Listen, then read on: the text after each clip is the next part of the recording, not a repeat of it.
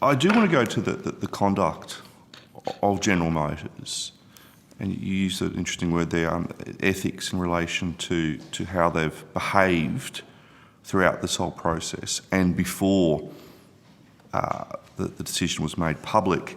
Now, in your submission, you do say on page 7 of your submission in relation to dealers who believe that General Motors didn't act in good faith, has misled them and treated them in an unconscionable manner. Can you expand upon that in terms of how General Motors has behaved in the treatment of the 185 Holden dealers across Australia? Yeah, absolutely.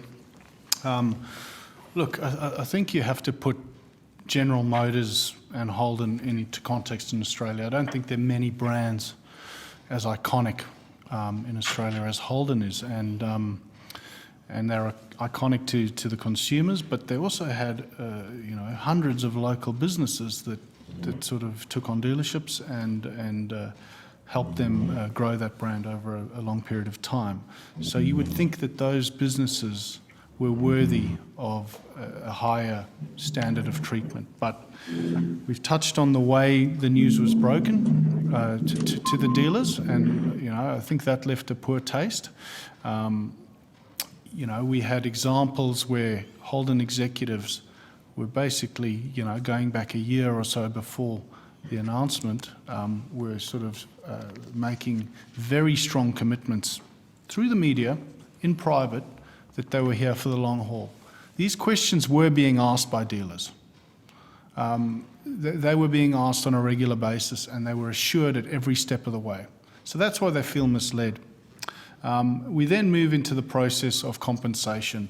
And, on the day I spoke to a number of dealers, and they were telling me that General Motors had assured them they were going to engage in the best practice compensation deal, which would set the benchmark. A week later, the compensation offer landed, and every dealer I had spoken to claimed it was grossly inadequate. We then had a situation where they refused to negotiate or budge at all, and were probably emboldened by a pandemic because a lot of the attention was taken off them. They refused constantly to engage in a collective mediation process, and only sort of came to the table after the ACCC shamed them, and then we had the situation discussed around the government asking for them to enter into arbitration, and I'm probably not surprised at them not agreeing to, but once again, the brazenness with which they did that did not sit well with many people in this country. So look, that's probably, is that what you wanted, Senator? Yeah, it's interesting that you raise coronavirus. It's been put that General Motors have not behaved as a good corporate citizen. Is that something you would agree with in terms of their conduct through? Absolutely. And I think you'll see in our submission, we believe that's been the case for around a decade now. A company that's received significant taxpayer funds, and there are a number of steps since 2009 that they've undertaken, which has called into question how good a corporate citizen they are. It's been put by some dealers that I've spoken to that General Motors have used coronavirus almost as an alibi to disguise or camouflage their poor corporate behaviour. Is that something you'd care to comment on? Yeah, so the coronavirus is obviously, it's the biggest news story in 50 years. So it's inevitable that GM have benefited from some of that scrutiny being removed of them because there's just simply not as much focus. So that's just been a natural benefit.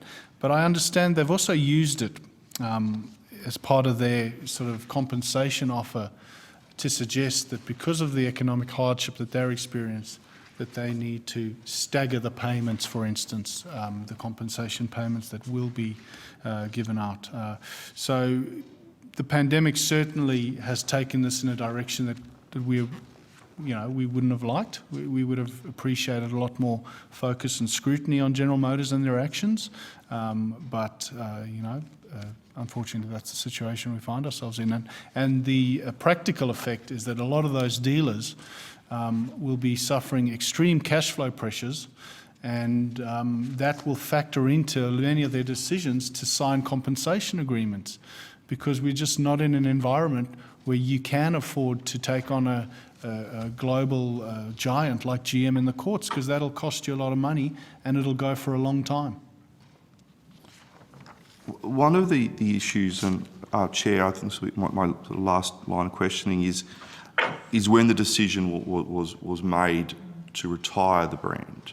And we've talked about the 15 minutes notice that was given to Holden dealers, and anyone who's been involved in business would know that when you're making such a decision, you don't just wake up one morning and after you've had some Vitabrits decide I'm going to retire the Holden brand from Australia. It's something that would have been planned for weeks and months, if not years, connected to the retirement of right-hand drive vehicles. When do you think, which year or month, can you give us a year or month, when do you think General Motors made the decision? Was it when they made the decision in relation to the plant in Thailand? Are you able to comment on that? Look, I can only hazard a guess. I believe they signed new dealer agreements with all their dealers, I believe, in 2018. And I would suggest within a year and a half of that, they would have started looking at their sales figures and would have started questioning the economics of continuing to sell Holdens in Australia. And dealers, as disappointing as that was, and the fact that the Holden brand's being retired, is not as we understand. Sometimes economics happens, and you just simply can't afford to continue with a business. And dealers understand that, but there is a way that you treat your business partners on the way out.